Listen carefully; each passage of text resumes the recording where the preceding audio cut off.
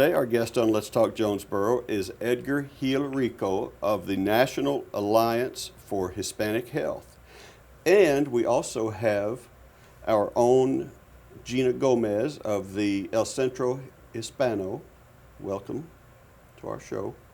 Tell us a little bit, Edgar, what you're doing in town. You've been in Hawaii and you came to Jonesboro. Explain yourself. Thank you, Bill, for the invitation. I'm with the National Alliance for Hispanic Health, and we're in Jonesboro because, thanks to Gina and El Centro Hispano, we were able to bring a brand new initiative from the National Institute of Health.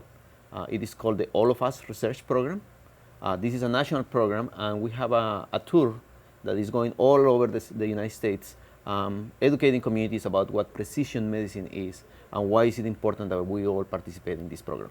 And the precision medicine van or bus or whatever you call it came to Jonesboro several months ago, and Gina, it was outside your operation on, what is the street you're on, Kate Street? Or Van Dyne, 211 Van Dyne. And that's a corner of Van Dyne and Kate. Okay. And we had a pretty good turnout, I think, but the whole goal is to make personalized medicine. Explain that, how that works to people. Well, today, most medicine is the one-size-fits-all model.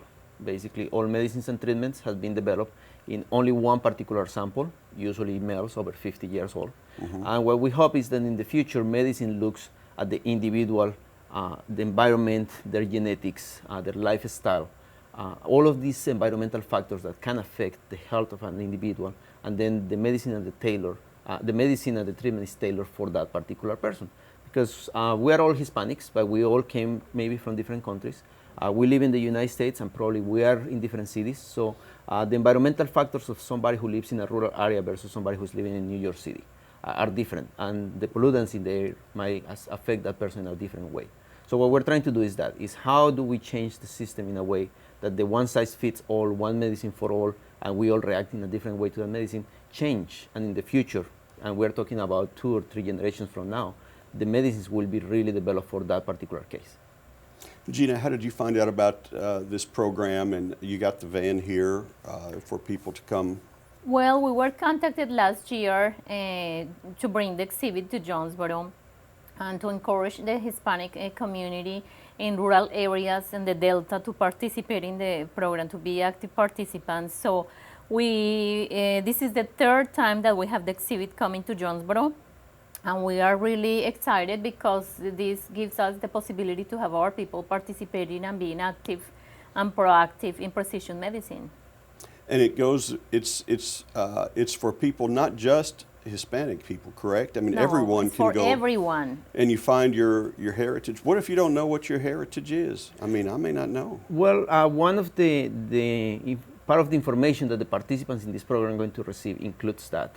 Includes some genetic information.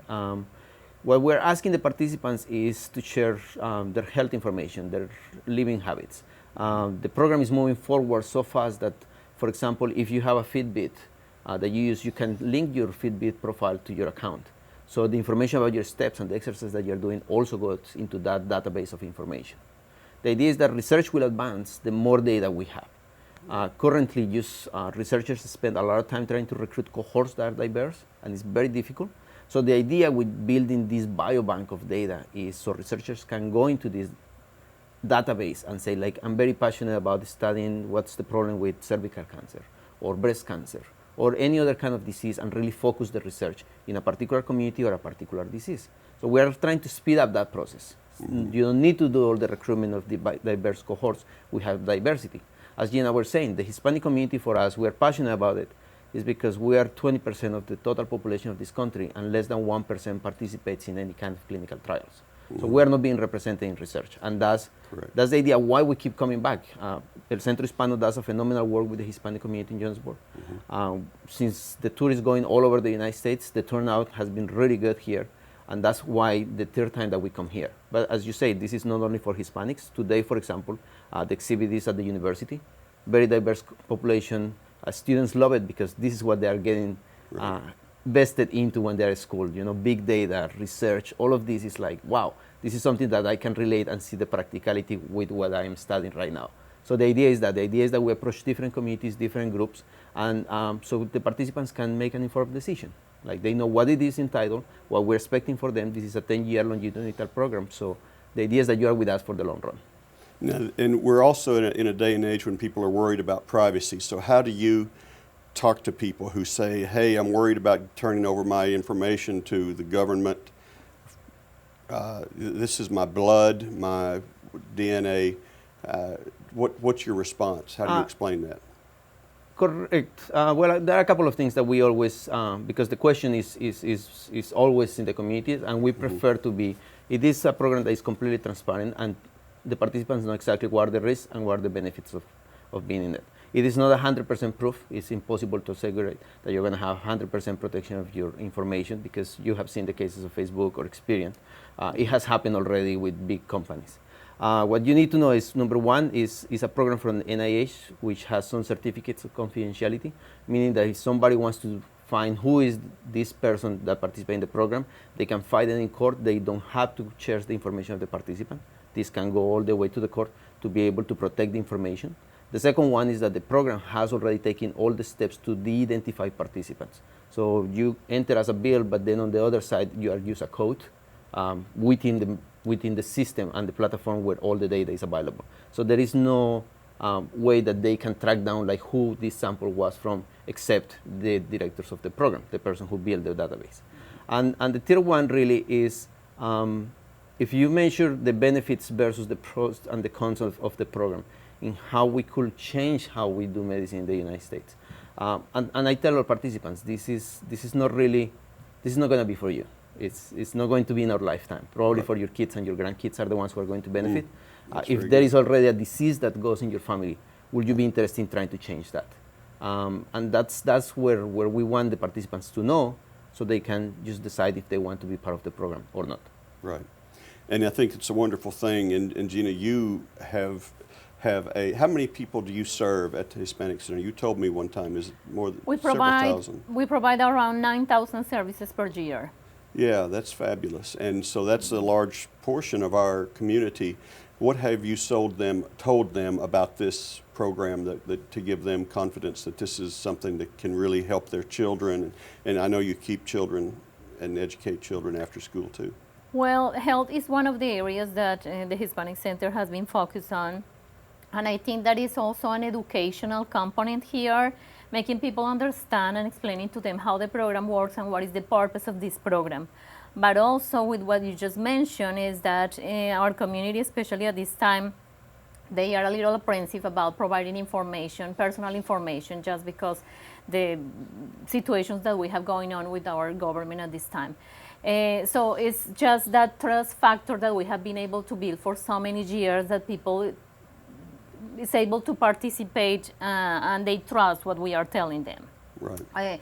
It's important also our partners, Arkansas State University, NYIT, and the Jonesboro Public Library, and are also supporting this effort during this exhibit. As Edgar mentioned, we have a great participation yesterday at Arkansas State University. We are there today and tomorrow at the Jonesboro Public Library for everybody that wants to come. Anyone that is interested in knowing more about this program, that wants to participate, and that wants to as I say, to be proactive with precision medicine, they are all welcome to come tomorrow to the library. That's wonderful. And now we're going to air probably at the point when a lot of this is gone. Is it still, what can you tell people after you've left Jonesboro? What can people do to? Well, there are a couple of things. And the wonder of the program is that it's built completely online. So if you have access to the internet and a device, you can create your account, you can complete the surveys online, and then the system will pair you with in which location you can provide your blood and urine sample. If there is no building per se, brick and mortar in Jonesboro, you could probably request a home visit. So one of the partners that collects biosamples will probably schedule an appointment and collect the biosample for you. But in the meantime, anyone can just go into the website of joinallofus.org. That's the website of the program. It's completely bilingual, English and Spanish. Learn about the program, and if they decide to open an account, they can do it online. They only need an email address or a phone number. Those are the two requirements. Very good. Edgar, you have done something to raise awareness for this cause that makes no sense to me. Tell me about it. You are an athlete. I do enjoy running, and fortunately last weekend, or the weekend before, it's probably the effect of the race, there was a 50K running race in Washington, D.C. 50K, okay. As part of the Marine Corps Marathon, happens every October in DC. It attracts around 30,000 runners. And this year they opened a new category, which was 50K for those of us who think that a marathon should be a little bit longer. Okay. So I signed up for the 50K to raise awareness about the program. I have an All of Us t-shirt with the website. And I did several stops along the route to do short clips to talk about the program, how I was linking my personal device with the number of steps. So all of this information goes into my profile for the program. And just encourage people to learn more about their own health, to be aware of the kind of changes that you can make in your lifestyle that will improve your life in the long term. And also just, I think that is fantastic when you get to run in different places. You get to know some other people, you get to see the neighborhoods where people are. And yes, when you run that for that long, and that, you get to see a lot. You get to see a lot. 50Ks you do. How many steps, like what did your little meter show you? Around 57,000. 57,000 steps. We'll get that done. And Gina, you do this in high heels every day, right? Oh, yes, I do it. I'm ready for that. So that, yeah, aren't we all? Well, you have a lot of respect Thank you for that, and that does raise awareness. It gets my attention for sure. I think what you guys are doing is great. How much longer is the tour going on? Where you're going from coast to coast? Are you going in other countries? Are you all across? The program is only in the U.S. Okay. We have two separate units. One that is only educational, and a second one that collects biosamples on site. They are all in different locations right now. The one that collects biosamples is in San Antonio, Texas this week, with a local partner. And then from Jonesboro, I'm not completely sure. I believe they're also heading down to Texas. You're going to Texas. After here. But as Gina mentioned, the idea and the success of the program has been built in our local partners. As you say, this is a program from the government. We are not getting to any community with our government program. We are getting to the communities through organizations like El Centro Hispano, which have the trust of the community, who are inviting us to their communities because they think that this is important for the community to participate. Right. And again, the whole concept is that ailments, I guess, disease, anything is personal, and it's based on our genetic, our DNA, and we can better treat. For instance, this is something I learned. Diverticulitis, diverticulosis, which is the condition that leads to diverticulitis, which ain't fun, is very predominant in American white males. Well, I'm an American white male. You go across the world, this word is not understood. You can't have it.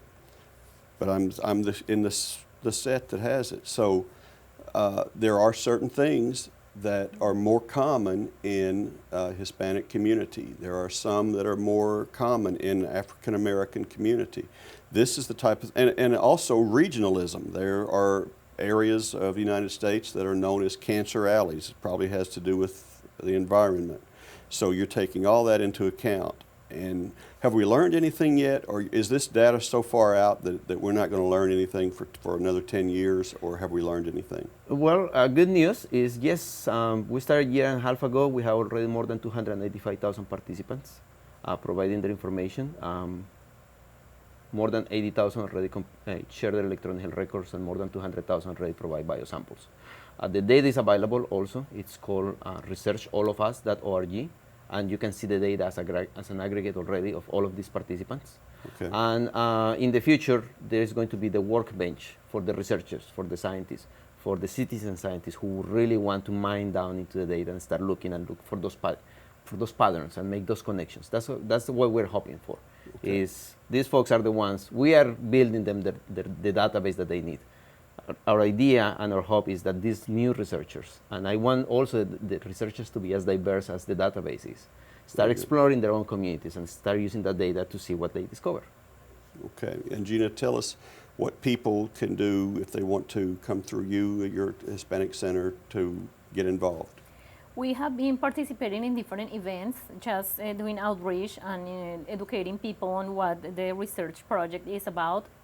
If they are interested, they can come to the Hispanic Center. We have people that they are trained and they are prepared to explain how the program works and how they can get enrolled. So we'll be able to do that for anyone that is interested.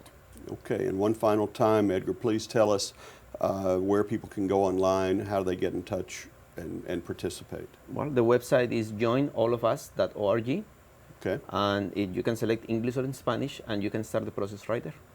very nice. He's Edgar Rico from the National Alliance for Hispanic Health, and she's Gina Gomez of the Hispanic Center, El Centro Hispano in Jonesboro. Thank you guys for taking time to visit with us on Let's Talk Jonesboro. Thank you, Thank Bill, for having you. us.